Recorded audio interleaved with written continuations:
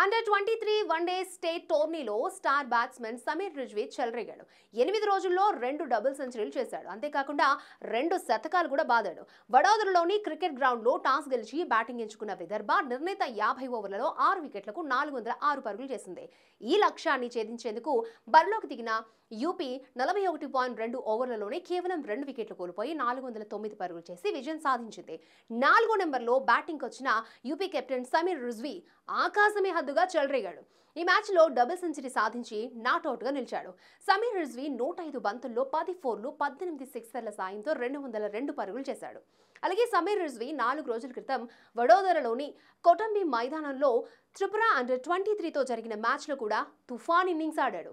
97 బంతుల్లో 201 పరుగులు చేసి నాట్అవుట్గా నిలిచాడు. అందులో 13 ఫోర్లు 20 సిక్సర్లు బాదాడు. టోర్నీలో ఇదే అత్యంత వేగవంతమైన డబుల్ సెంచరీ. ఇక అంతకుముందు హిమాచల్ ప్రదేశ్పై 153 పరుగులు, పాండిచ్చేరిపై 137 పరుగులతో నాట్అవుట్గా నిలిచాడు.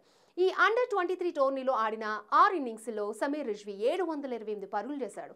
ఇప్పటి వరకు అతను 52 ఫోర్లు 64 సిక్స్లు కొట్టాడు. అయితే ఐపీఎల్ 2024 సీజన్లో సమీర్ రిజ్వీని చెన్నై సూపర్ కింగ్స్ 8.4 కోట్లకు కొనుగోలు చేసింది. కానీ ఐపీఎల్ 2025 మెగా వేలానికి ముందు అతన్ని రిలీజ్ చేసింది.